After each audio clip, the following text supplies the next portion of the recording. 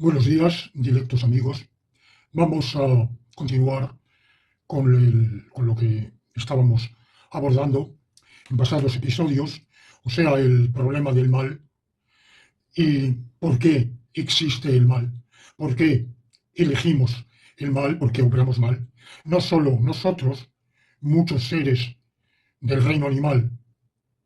Y si esta opción por el mal puede estar relacionada con el libre albedrío, o mejor dicho, si la causa del mal es la mala elección.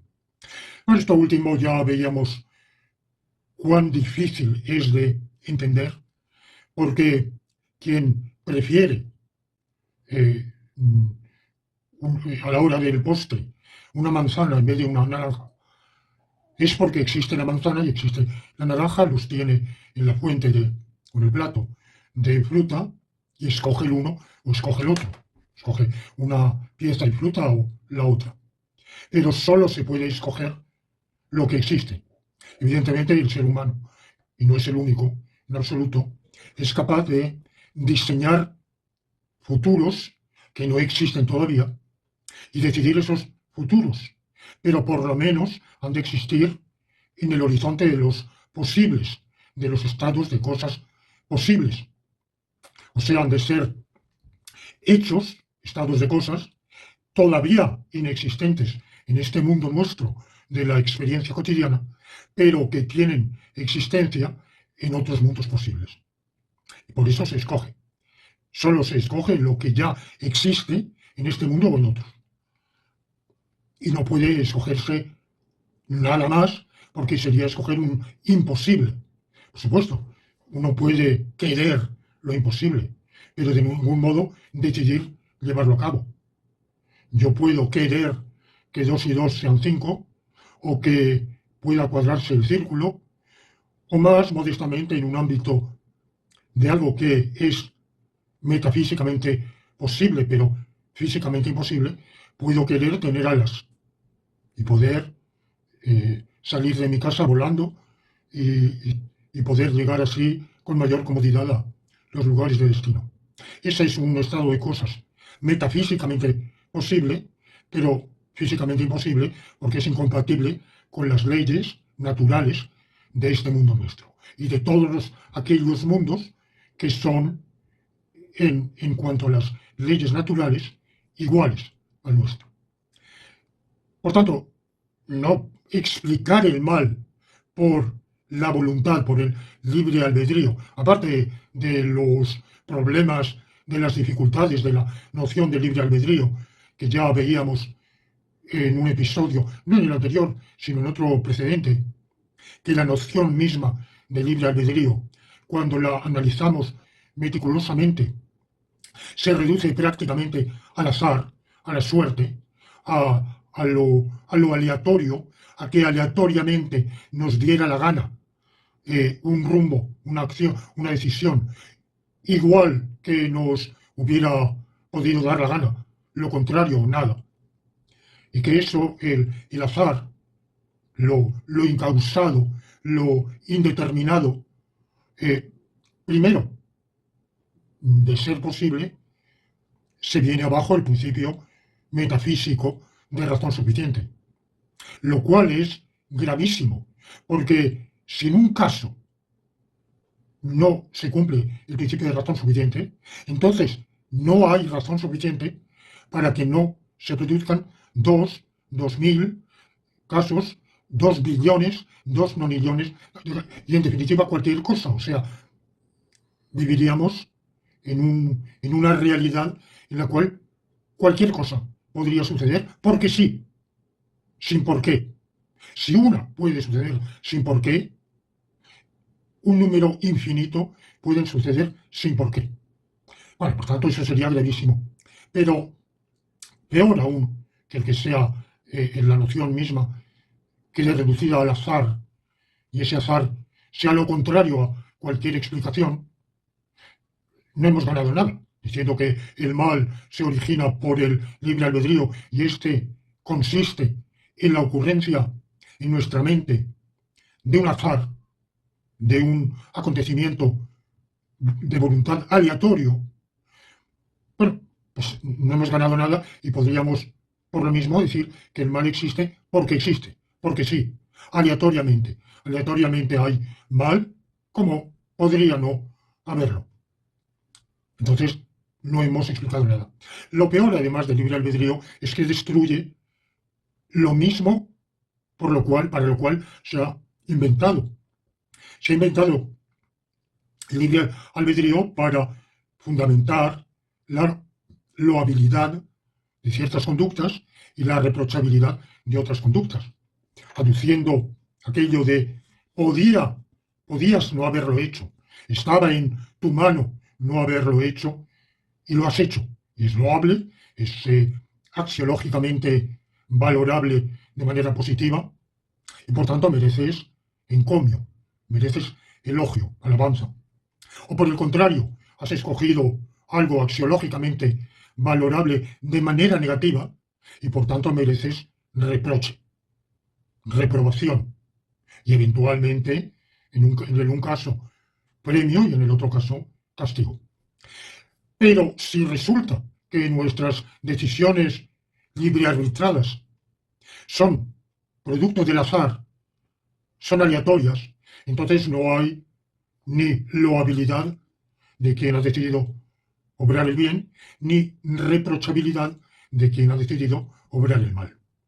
Porque al revés, consideramos loable aquella conducta en la cual, buena, valorable de manera positiva, cuando el decisor decide así, porque eso es acorde con su carácter, su personalidad, sus objetivos en la vida, su manera de planear su vida, de querer vivir digamos, refleja auténticamente su personalidad. Y en cambio, cuando no es así, porque se ha interpuesto algún factor que hace pantalla entre la personalidad del decisor, su visión de sí mismo, sus intenciones, sus planes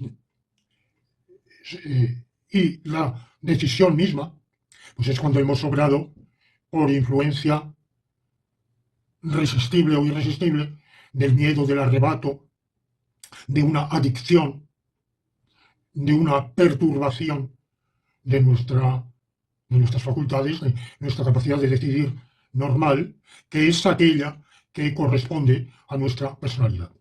De manera que ese libre albedrío que se hace estribar erróneamente, vamos, se hace estribar correctamente como definición de libre albedrío, pero erróneamente si lo que queremos definir es la libre voluntad o voluntariedad. Bueno, pues la libre voluntariedad no implica la capacidad de obrar de otro modo, más que en un sentido abstracto, metafísico.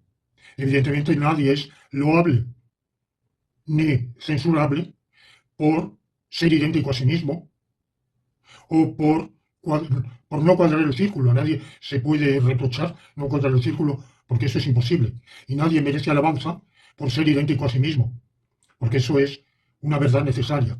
Por tanto, solo hay alabanza o vituperio fundados cuando se trata de decisiones metafísicamente contingentes.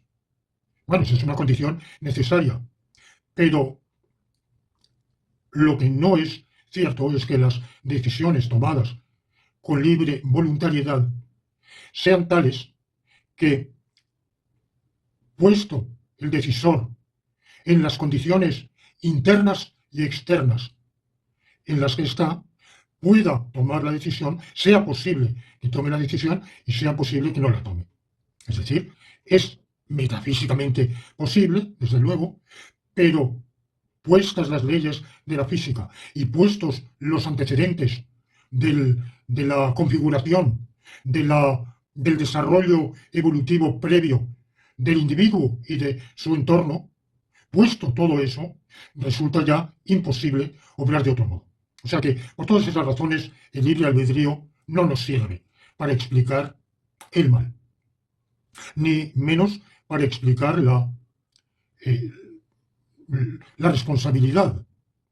El hecho de que el decisor en virtud de su decisión, va a merecer reprobación o alabanza,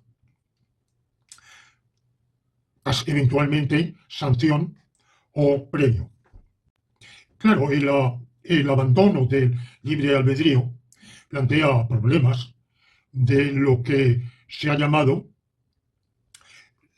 el problema del determinismo. Como ya les he dicho que en inglés free will significa, podemos traducirlo indistintamente como libre voluntad o libre voluntariedad por un lado y como libre arbitrio o libre albedrío por el otro, pues entre los filósofos que han discutido este problema hay tres posiciones. El determinismo llamado duro, hard determinism, que sostiene que existe el principio de causalidad, por tanto, que no hay decisiones azarosas, pero que la responsabilidad requeriría libre albedrío y, por tanto, en rigor, no hay responsabilidad. Ese es el determinismo duro, que es incompatibilista. Luego está el libre arbitrismo, que sostiene también que el libre albedrío es incompatible con el free will, es incompatible con el determinismo, pero existe libre free will y no existe determinismo. Habrá determinismo en muchas cosas, pero no en todas, no en lo atinente a las decisiones humanas, por lo menos a las más importantes.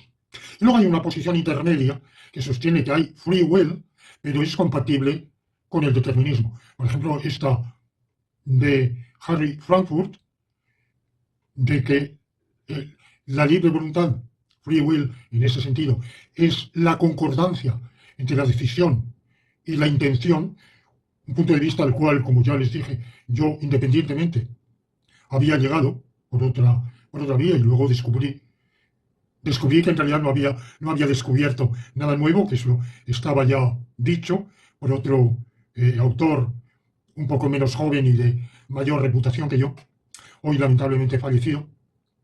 Bueno, pues existen esas posturas. Y hay otra postura que no se pronuncia sobre el determinismo, sobre si hay o no hay libre albedrío, pero que rechaza la responsabilidad moral responsibility, porque dice que en nuestras vidas cuenta principalmente la suerte, luck, to be lucky. Ahora, ¿qué es la suerte? La suerte se nos aparece aparentemente, como el azar, la fortuna. Pero ¿es verdaderamente aleatoria la suerte?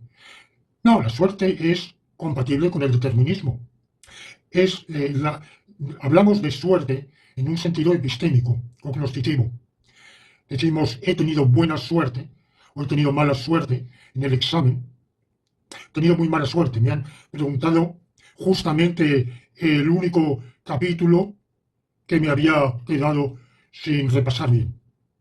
Bueno, es una mala suerte. Ahora, eso no excluye que la decisión del examinador de poner ese tema en el examen haya estado determinada. No implica el indeterminismo, ni hay indeterminación en que yo haya acudido a tomar el examen. Por ejemplo, si tengo dos posibilidades, el día 3 y el día 10, la primera semana o la segunda, y tomo la primera, y justamente tomo la primera y el examinador ese día pone esa pregunta. Bueno, pues se puede decir que he tenido mala suerte. Ha habido la concurrencia de acaecimientos imprevisible. Por tanto, la buena o mala suerte no es un problema de determinación. La casualidad, lo que llamamos la casualidad. Bueno, no te lo vas a creer, pero estuve este verano en Pekín y en la plaza de Tiananmen me encontré con el vecino del descansillo. Es fortuito, bueno, la suerte nos llevó a ese encuentro. No, simplemente es que eso era imprevisible. Sencillamente han concurrido cadenas de causalidad desde nuestro punto de vista de conocimiento limitado, independientes, separadas, pero desde el punto de vista cósmico, no están separadas. Nada está separado. Cuando decimos el azar, a veces algunos que quieren salvar el principio de causalidad, dicen lo azaroso es el cruce de cadenas causales independientes.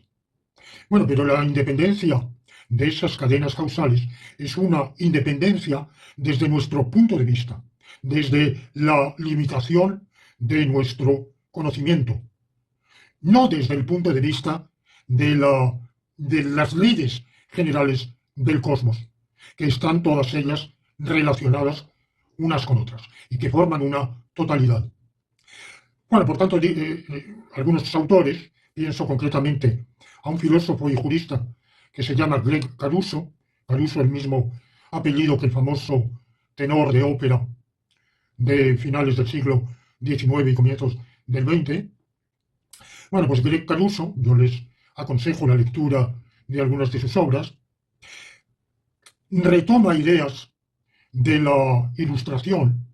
Saben ustedes que la Ilustración avanzada, de la mano principalmente de este gran reformador jurídico y pensador jurídico italiano, que era el Marqués de Beccaria, que escribió esa obra que sigue, obrita, el opúsculo, que sigue valiendo la pena leer sobre los delitos y las penas. Bueno, él marcó una revolución en el pensamiento jurídico penal. En realidad, Beccaria niega la responsabilidad, porque vive en el ambiente filosófico de su época, marcado, aunque sea indirectamente, por el necesitarismo de Spinoza, por el materialismo de Diderot y de muchísimos otros, y en ese ambiente el libre albedrío pues, se considera una ilusión, un mito, una leyenda, y por tanto, en rigor, quien ha escogido un rumbo de acción, en la concreción de su individualidad, de su personalidad, de su evolución personal y de su entorno, no podía haber escogido otra decisión.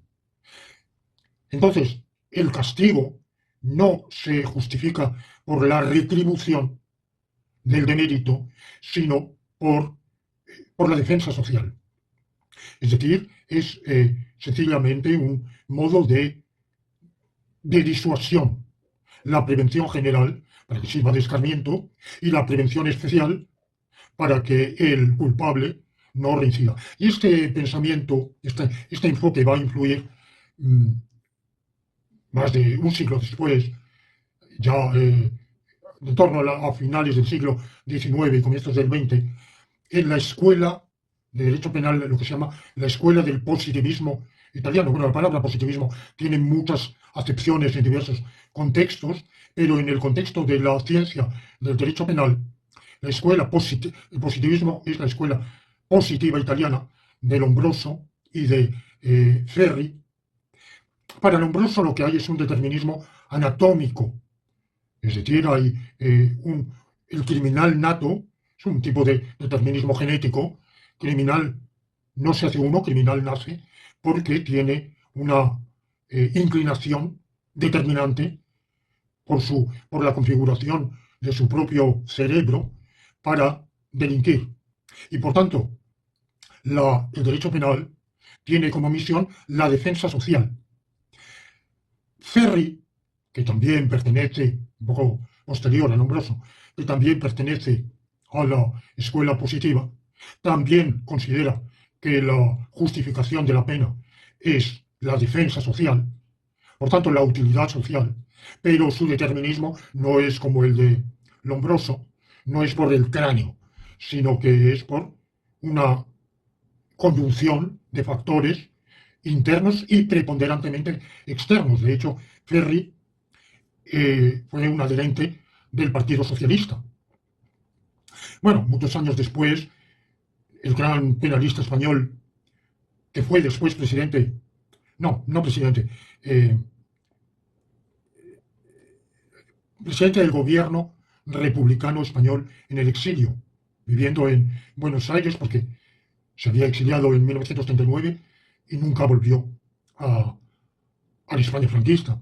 Bueno, pues era un gran penalista, había sido el principal redactor de la Constitución Republicana de 1931 y él era partidario de otro tipo de concepción jurídico-penal de inspiración alemana y no comulgaba con las ideas de la escuela positiva italiana de la defensa social y le reprochó a Ferri haber hincado la rodilla ante Mussolini, es decir, en los últimos años de su vida haber hecho acto de acatamiento al, al poder fascista de Mussolini. Bueno, yo pienso que de cada individuo hay que hacer una valoración equilibrada de su ponderada, de su trayectoria, de su pensamiento, de su vida, de su conducta. Y no se puede condenar a nadie por debilidades que haya tenido pasajeramente, sea en su juventud o sea en su vejez. Porque en cada periodo de la vida hay circunstancias que pueden determinar que un individuo se sienta constreñido, forzado. En realidad, Mussolini no daba tampoco libertad para someterse a su régimen o no someterse. El que no se sometiera desaparecería, como mínimo sería absolutamente eclipsado, expulsado a la vida privada, cuando no represaliado. Bueno, entonces, la tesis de Caruso vuelve a la concepción de la defensa social y lo hace con un matiz. En el pasado, la defensa social, aunque el término de defensa social está acuñado por la escuela positiva italiana a la que me he referido, pero de manera más general, sin esa denominación, es la concepción de todos aquellos juristas o pensadores del derecho penal que han rechazado el retributivismo y han sostenido que lo que justifica la pena es una razón de utilidad social, la prevención especial o la prevención general o ambas.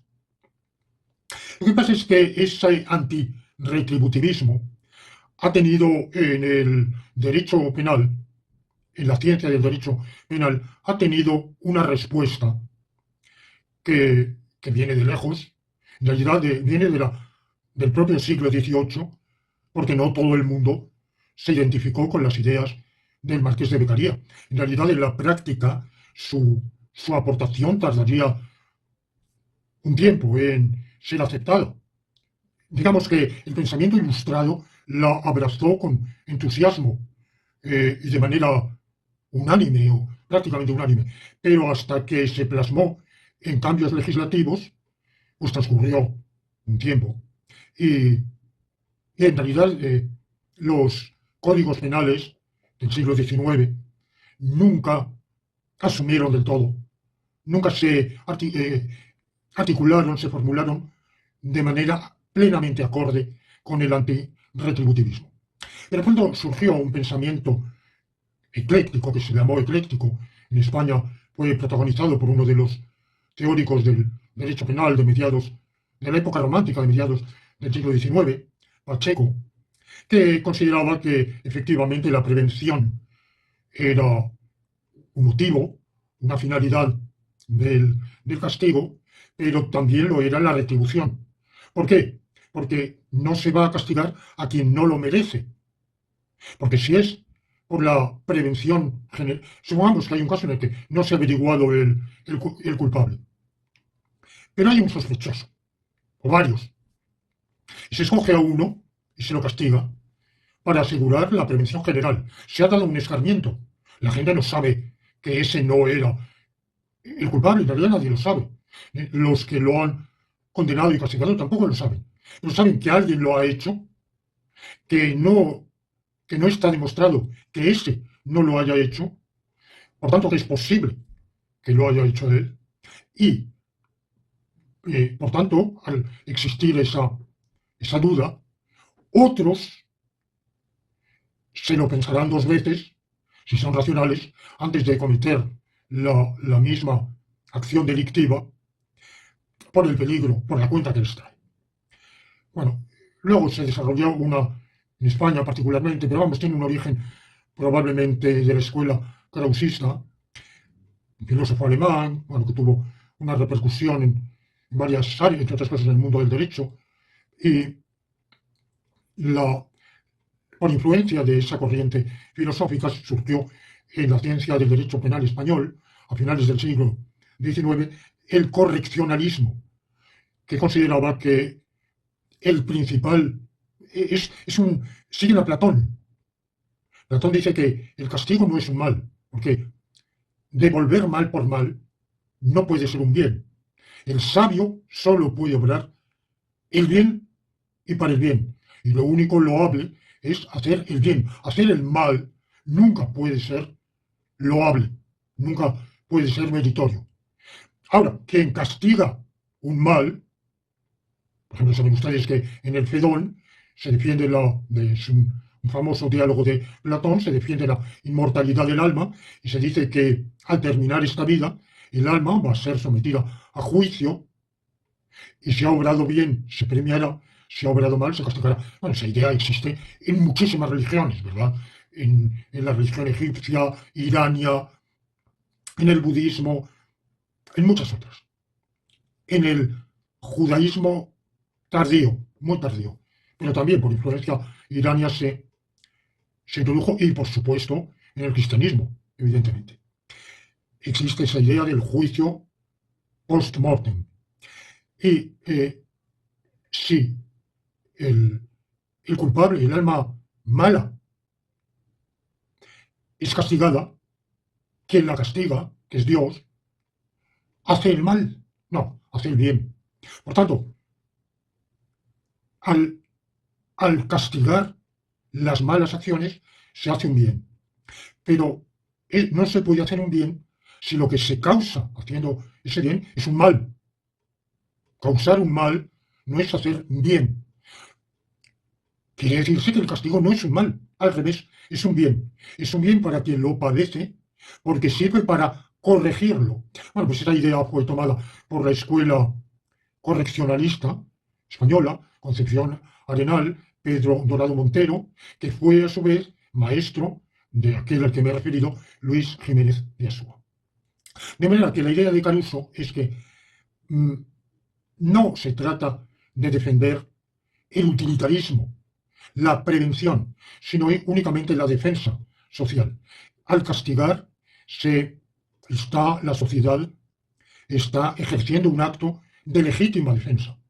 El perpetrador de esos delitos o crímenes es un ser peligroso y la sociedad tiene que ponerlo a buen recaudo para protegerse a sí misma. Bueno, esa visión parece insatisfactoria por varias razones. Primero, porque ahí no se señala el efecto disuasorio. Primero que en muchos casos la legítima defensa carece de fundamento. Imaginemos un crimen que se cometió hace 28 años, no ha prescrito, es juzgable, se descubre, se condena.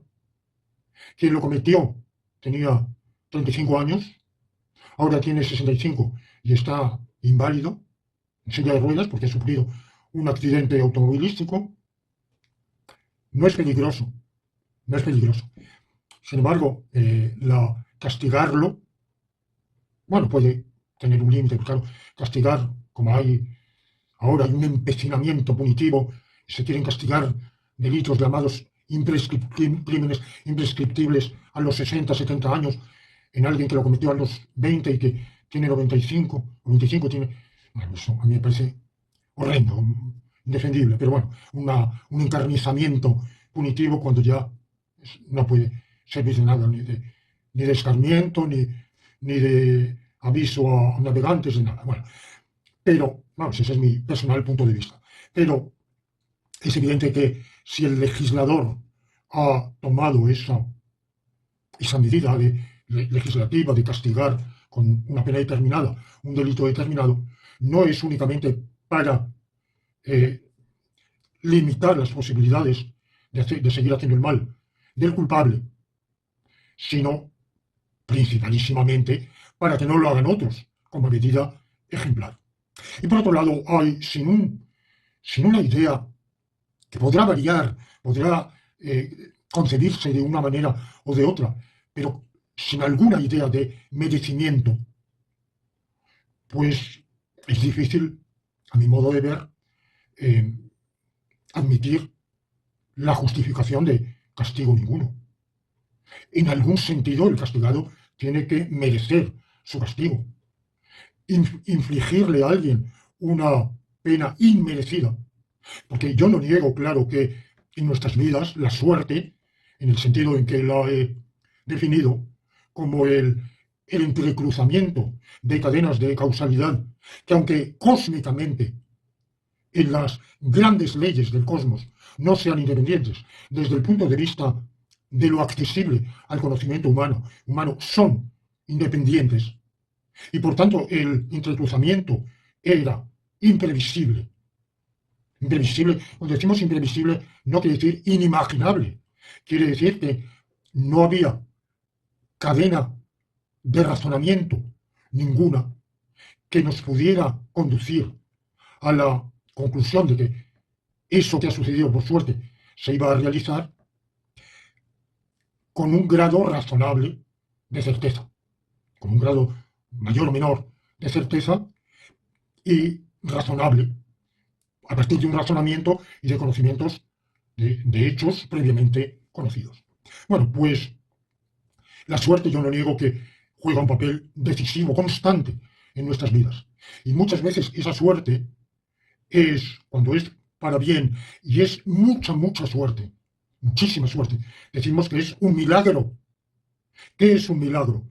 Leibniz, mi maestro Leibniz, lo define como aquel evento, aquel acaecimiento que quebranta un orden particular para acordarse a un orden general del universo. Justamente la misma idea que yo estoy defendiendo aquí, pero formulada en términos un poco diferentes. Hay curaciones milagrosas, hay desenlaces, triunfos bélicos milagrosos. Una batalla emprendida por uno de los contendientes en situación en que todo hacía prever su derrota, acaba en victoria por haberse interpuesto factores imprevistos e imprevisibles por ambos contendientes. Se ha caído del caballo el general que mandaba las tropas y se ha descompuesto la línea de mando, lo que sea, cualquier acaecimiento imprevisible y de graves consecuencias. Bueno, pues yo creo que la suerte, todos sabemos, para bien y para mal, que está muy presente en nuestras vidas. Pero esa suerte no excluye que tengamos responsabilidad en el sentido de que actuemos con libre voluntariedad. Libre voluntariedad, según lo he definido, o sea, la concordancia entre la decisión y la intención, entre la decisión particular, concreta, y nuestra visión, nuestra personalidad, nuestros planes de vida, nuestra intención general de relacionarnos con la vida y de nuestros planes de vida de futuro. Que a su vez esos planes de vida de futuro, esas intenciones, hemos llegado a ellas por la confluencia causal previa de una serie de factores innatos, genéticos. Bueno, yo soy de los más escépticos en que la genética determine el comportamiento humano e incluso la inteligencia o las dotes mentales. Yo no puedo, evidentemente, no tengo prueba. Yo me inclino en la teoría de la tabula rasa, que ha sido demoledoramente criticada hace ya muchos años, por Steven Pinker, probablemente el psicólogo más famoso del mundo, fundamentalmente porque es un grandísimo pensador, un intelectual de primerísima fila, y muchas de cuyas ideas son correctas y valiosas, no todas. Pero, por ejemplo, yo creo que no, el innatismo, él es contrario a la teoría de la tabula rasa, y sostiene que no, que nacemos con una capacidad intelectual. Bueno, yo soy escéptico, no puedo demostrar que no es así, pero yo me inclino a pensar que el determinante único es el medio ambiente, pero el medio ambiente en sentido amplísimo y que empieza durante la gestación, no después. Hay una serie de estímulos que van marcando rasgos de la personalidad cuya interacción posterior con factores del medio van determinando poco a poco, desde la infancia hasta la niñez, la adolescencia, la mocedad. Yo creo que en la mocedad finalmente está fijada la personalidad, pero es producto de todo eso. Cuando se dice, bueno, alguien que ha sido sometido, cuya evolución, cuya infancia, niñez, adolescencia, mocedad han transcurrido por circunstancias idénticas, si es que eso es posible, que no lo es, pero bueno, y sin embargo son distintos, han salido muy distintos. Bueno, pero hay que verlo todo, porque hay que ver cada uno de una pequeña, somos idénticos, una pequeñísima diferencia puede, en el factor, puede causar una grandísima diferencia en el resultado. Y, por ejemplo, es lo que se llama eh, la, mm, los procesos estocásticos, en los cuales, o caóticos, lo caótico en el sentido matemático, según lo entendemos, normalmente el caos es la falta de orden, la anarquía, el desorden. Pero desde el punto de vista matemático hay una teoría del caos, de lo estocástico, que bueno, técnicamente quizá no son conceptos exactamente equivalentes, pero para mi propósito vale la identificación, y es que una pequeña diferencia en la causa puede producir una gran diferencia en el resultado, sin perderse por ello la proporcionalidad y el sentido lato de la palabra. Por ejemplo, en meteorología fue una sorpresa. La meteorología como ciencia es moderna.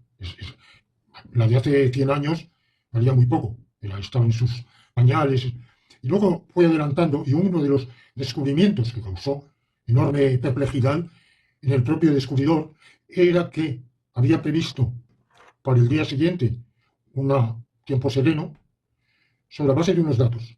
Y luego resultó un tiempo borrascoso, y es que se había desviado en la captación, en la anotación de los antecedentes, una pequeñísima cifra. Bueno, pues esa pequeñísima desviación en el dato, en el argumento inicial, provocaba una enorme desviación en el resultado. Por ejemplo, qué sé yo, tomen ustedes la función x elevado a x al cuadrado, o x elevado a factorial de x. Bueno, ustedes verán que según van pasando de 2 a 3 a 4 va creciendo, pero luego ya se hace enseguida cualquier calculadora se vuelve loca, porque son números inmanejables. La diferencia en una unidad en el dato de partida se convierte en una diferencia abismal en el resultado. De manera que yo personalmente estoy persuadido, aunque no tengo ningún argumento decisivo a favor de la teoría de la tabula rasa, pero en fin, por experiencia, por inducción, por lo inverosímil que me resulta esa predisposición innata genética que nadie me ha demostrado, yo pienso que tanto el carácter, la personalidad, cuanto las dotes intelectuales son consecuencia del medio. Desde luego, para eso tenemos que tener la capacidad del ser humano, someter a ese medio a un animal de otra especie, no va a producir ese resultado. Claro está, tenemos que tener esa capacidad humana, anatómico-fisiológica, como condición necesaria, pero es el medio el que va a determinar todo lo demás. Y además de que a mí me inclino, vamos, personalmente estoy convencido de que es así, de que el medio es lo decisivo. Desde el punto de vista práctico, entiendo que afirmar, atribuir los méritos o deméritos axiológicos, morales, políticos, intelectuales, a, a que uno lo llevaba dentro, había nacido para, eh, para ser así, como dice José María Escrivá de Balaguer, fundador del Opus Dei, en su obra Camino, has nacido para caudillo. Bueno, no sé a quién puede. Yo leí ese librito, ese opúsculo, cuando era muy joven y de ideas totalmente opuestas a las del Opus Dei, de manera que. Pero particularmente esa frase me espeluznó, porque claro, está adulando, está dorando la píldora al destinatario, diciéndole que, en fin, él es un superhombre, un ser superior que ha nacido para caudillo. Bueno, yo creo que no hemos nacido ni para ser buenos, ni inteligentes, ni tontos, ni malos. Son las circunstancias. Alguien puede, pero vamos a admitir cualquiera de las dos hipótesis, que somos como somos, tres, que somos como somos por nuestros genes, que somos como somos por influencia del medio, o que somos como somos por una combinación particular, como resultado de un entrecruzamiento particular entre lo genético, lo innato y el medio, las circunstancias que nos han rodeado a lo largo de nuestra vida, sobre todo de esa etapa de nuestra vida que desemboca en la juventud. Bueno, pues si eso es así, puede decirse qué responsabilidad podemos tener. Y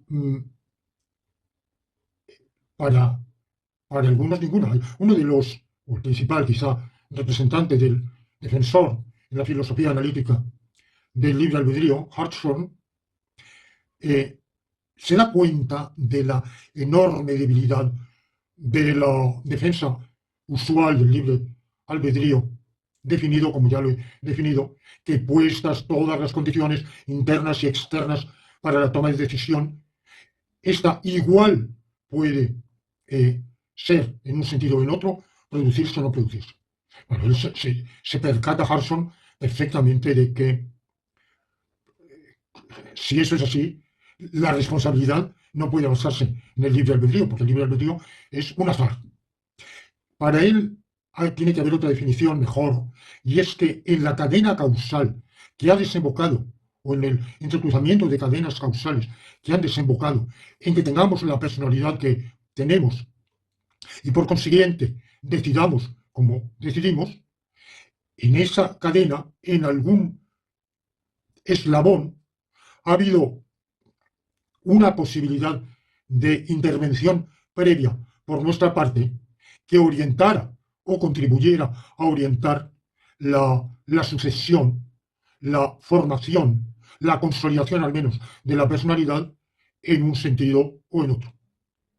Bueno, yo pienso que Hartshorne es un filósofo a quien respeto muchísimo, como el respeto a todos los filósofos analíticos, no así a los eurocontinentales, por quienes, bueno, podrá gustarme a veces la lectura de uno u otro, poco, pero no siento respeto, porque no los siento como iguales. Es decir, yo siento respeto por filósofos con quienes puedo discutir, con quienes puedo razonar y presentar un razonamiento, no un argumento. La palabra argumento no me gusta, porque argumentar, to argue en inglés, que significa también pelear, reñirse, como discutir en español, que tiene entre otros el sentido de pelearse. En italiano litigare. Litigare es cuando se tiene una conversación encrespada, poco agria o poco fuerte, de desacuerdo. Bueno, pues argue en inglés, uno de sus sentidos es ese. Bueno, yo prefiero la palabra razonamiento. Y con un filósofo analítico puedo estar muy en desacuerdo y puedo creer que incurre en errores en su razonamiento, en sofismas, en paralogismos, pero, mm, pero por lo menos puedo examinar su razonamiento, sea deductivo, sea inductivo, sea abductivo, y puedo oponer a ese razonamiento otros razonamientos, puedo objetar.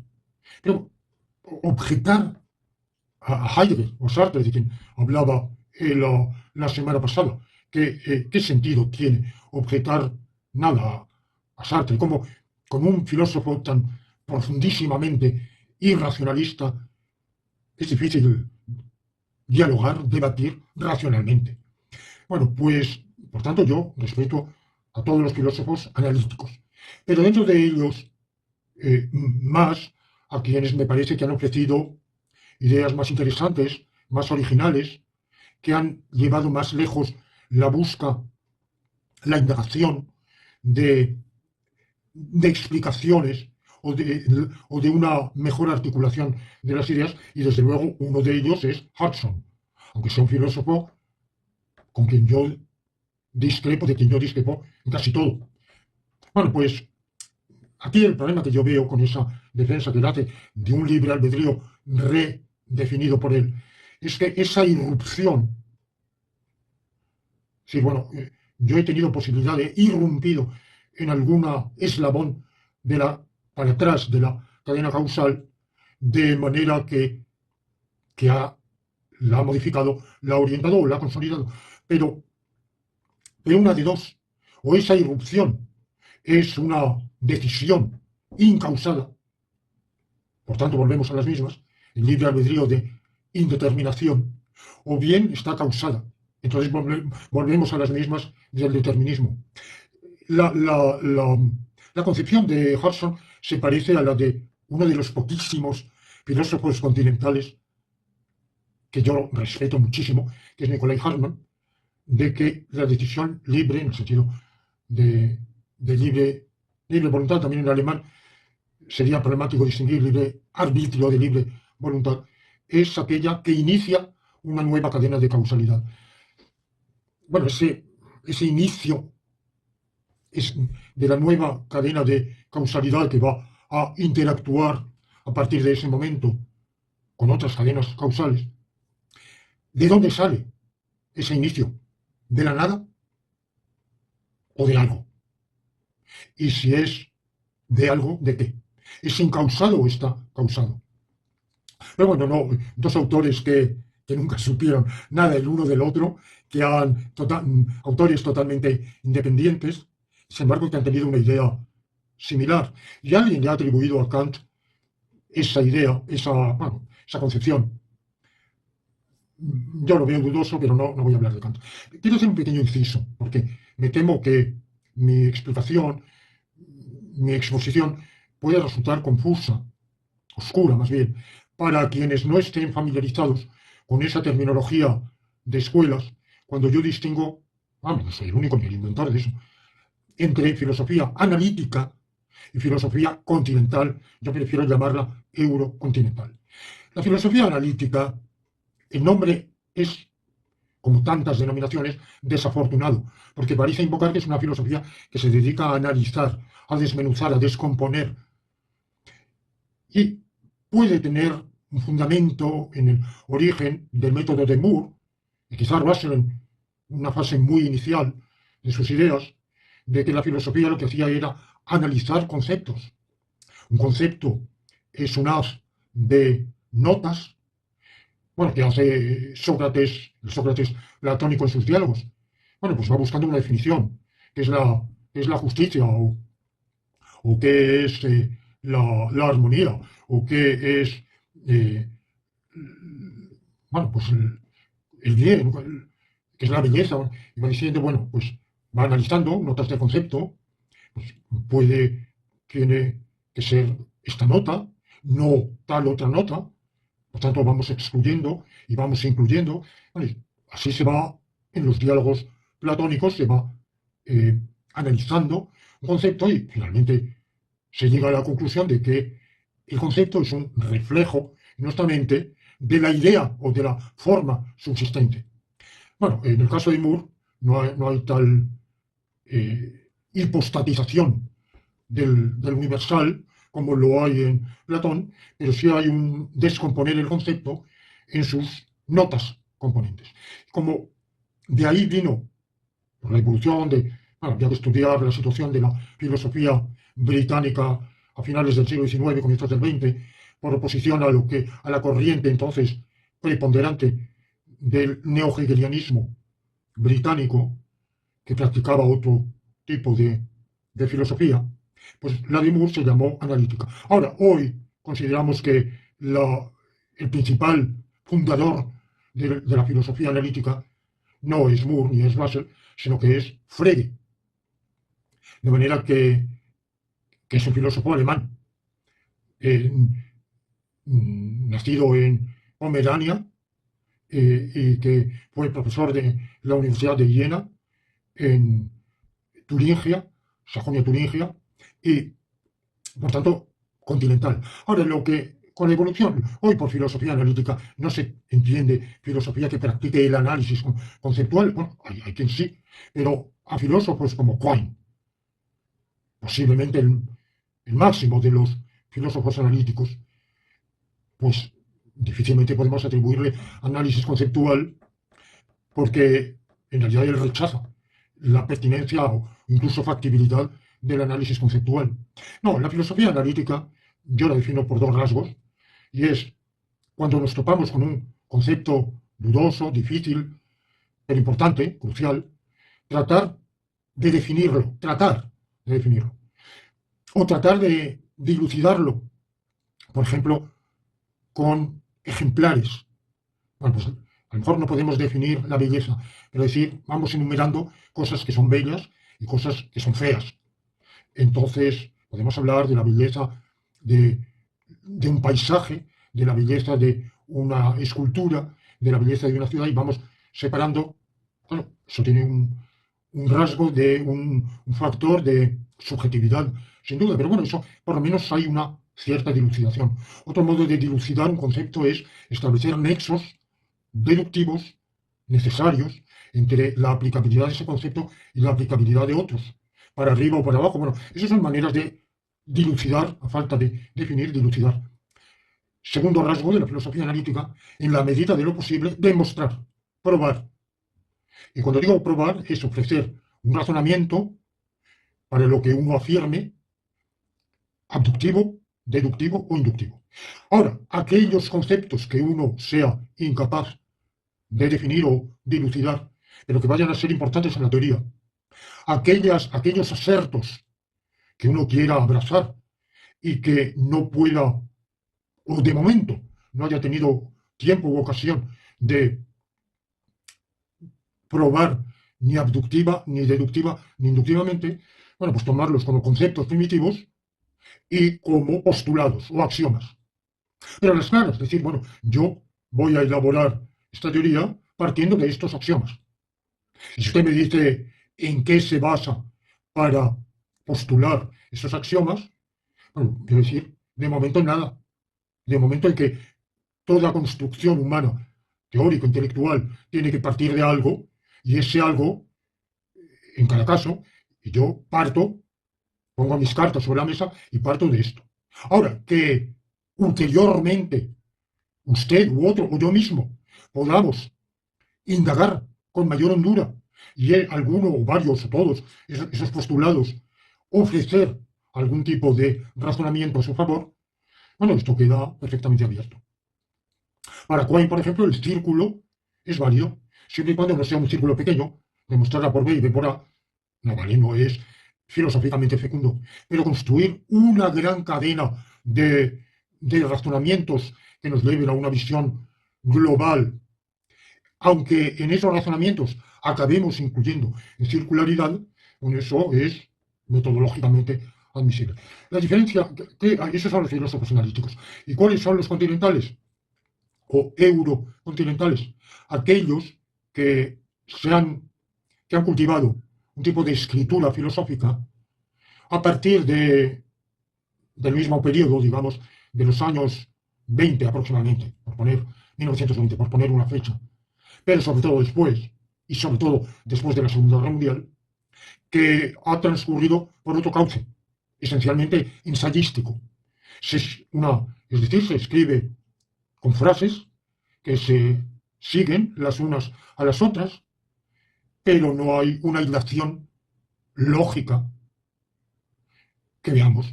Puede haber en algún caso, pero de manera general no hay una hilación lógica entre premisas y conclusiones, ni hay y se emplean, brotan conceptos que no se definen, sino que se dilucidan, y de algún modo el lector, el destinatario, está llamado a imaginar, adivinar de qué se trata, a intuir. Claro, esta filosofía continental es muy dada a invocar la intuición. Lo que pasa es que yo personalmente no tengo intuición. Como no tengo intuición, pues estos filósofos nunca los he seguido. Para decir a quiénes me estoy refiriendo, pues a todo el vitalismo, desde Bergson a todo el existencialismo, desde Heidegger, y corrientes afines, similares.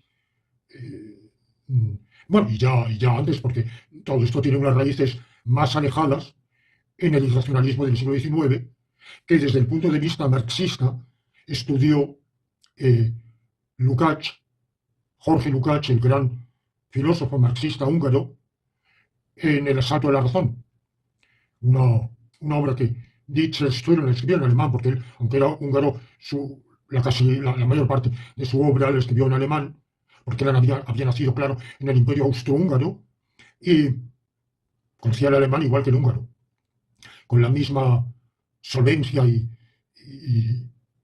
al mismo nivel. Bueno, pues en alemán es Die Zerstörung der Vernunft, o sea, la destrucción de la razón. Pero el traductor prefirió el asalto a la razón, quizá porque es más gráfico. Bueno, pues, por supuesto, la obra está escrita desde el punto de vista marxista y sus detractores dicen que es de un marxismo ortodoxo, soviético, muy propio del marxismo-leninismo. Bueno, yo les dejo libres de sus valoraciones. Para mí es una obra extraordinariamente valiosa.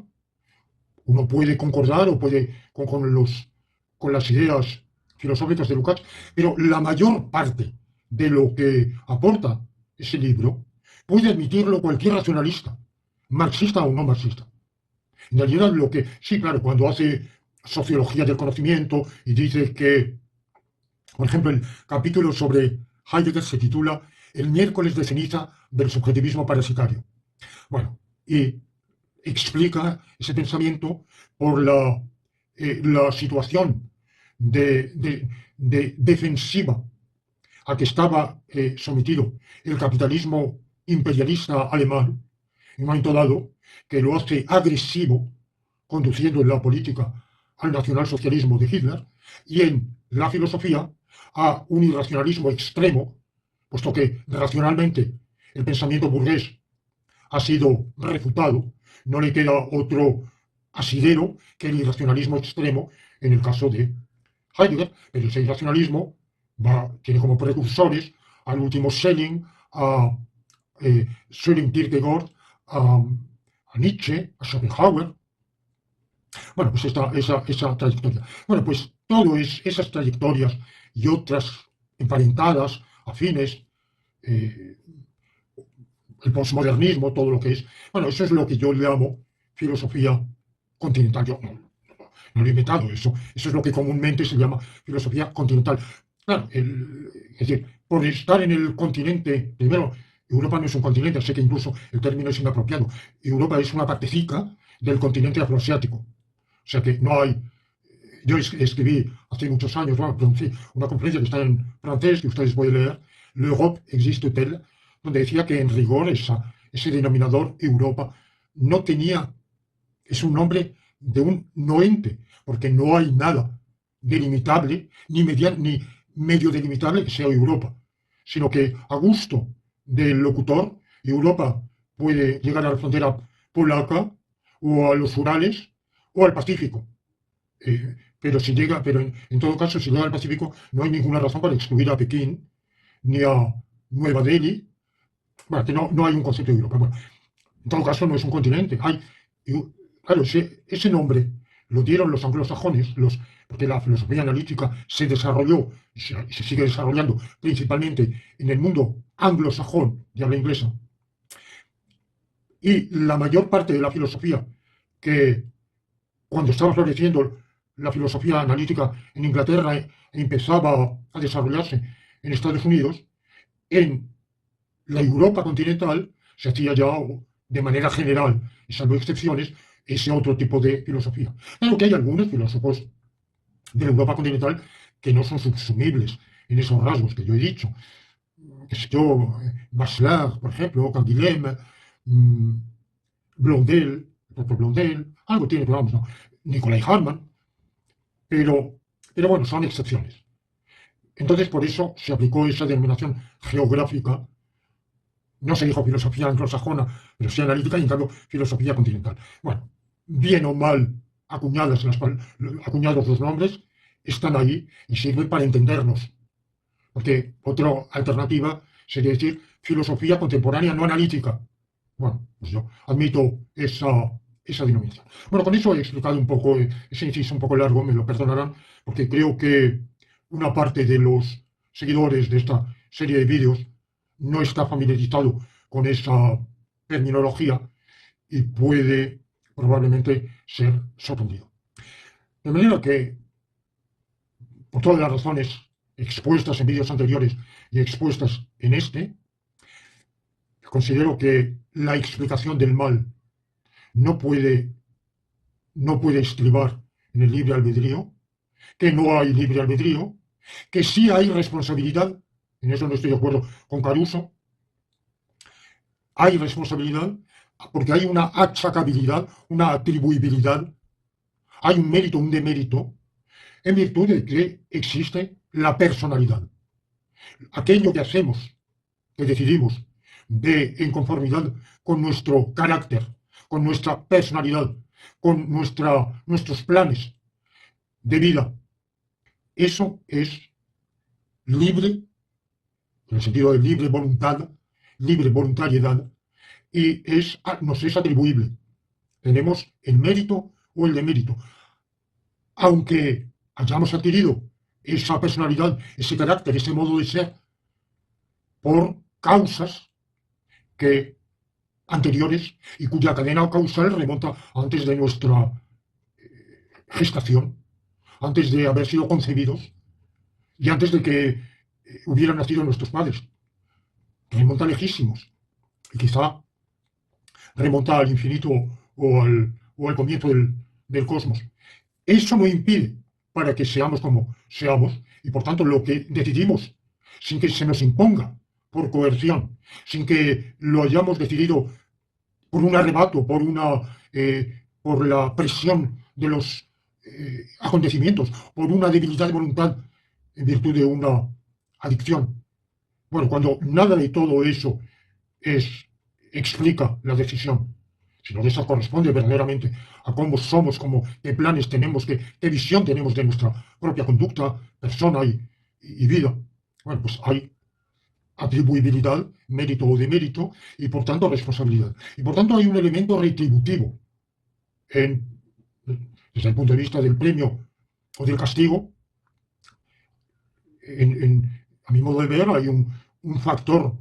No pueden atribuirse los méritos, los premios o castigos únicamente por razones utilitarias o únicamente por la defensa social, sino que tiene que haber un fundamento retributivo. Tiene que merecer el castigo o la sanción o merecer el premio. Pero merecerlo en el sentido en que lo he delimitado. Bueno, y ahora nos queda por ver, lo veré en próximos episodios, cuándo impregna el mal la vida humana, la acción humana, si el hombre está naturalmente predispuesto al bien e irrumpe, contrariamente a la naturaleza humana profunda, irrumpe el mal, y entonces, ¿de dónde viene? O sea, a lo mejor el hombre, como piensa Hobbes, está naturalmente predispuesto más al mal que al bien, lo cual también requiere explicar esa predisposición, y ahí más bien hay que explicar el bien. Cómo así, existiendo esa predisposición, desembocamos en el bien o en mucho bien, porque el ser humano ha hecho mucho mal, como dice Pascal, qué gran paradoja, que es una bestia y un ángel. No es que sea intermedio, es que es ambas cosas, es capaz de acciones terribles, de una maldad desconcertante, pero también actuaciones de generosidad, de altruismo, de bondad, muy considerables. Y si tenemos esa disposición al mal, ¿de dónde viene el bien? Y lo contrario. Bueno, y hasta dónde se extiende lo uno o lo otro. Si el mal, por ejemplo, como piensan algunos, muchos, es algo sobrevenido adventiciamente como resultado de la artificialización de la vida humana y que era mejor antes de esa artificialización, en que el hombre era bueno. Bueno, esto es una viejísima concepción que viene de los griegos, de su teoría de la edad áurea, edad de oro del hombre primitivo. Y el mal, entonces hay que explicarlo por alguna circunstancia sobrevenida, la caja de Pandora, o, o el desliz de algún dios que, o digamos, la malquerencia que los dioses han tenido para con los hombres por, por temor a que estos se insubordinen. Entonces han sembrado el mal para, para, para debilitarlos, para impedir que se robustezcan y que prosperen y que mejoren. Bueno, en todo caso es el problema, queda todavía ahí. Hemos estado siguiendo un itinerario un poco zigzagueante de posibles salidas y todavía los vericuetos pueden haber parecido un poco meandrosos, posiblemente lo han sido, pero yo creo que hemos llegado al menos a desbrozar el terreno para avanzar ahora hacia los problemas que acabo de enumerar y que iré examinando. Espero terminar esta serie en un par de vídeos, o quizás, si tengo suerte, en uno de ellos. Pero me temo que no, que del hilo sale el ovillo y que habrá más de un episodio para contar todo esto.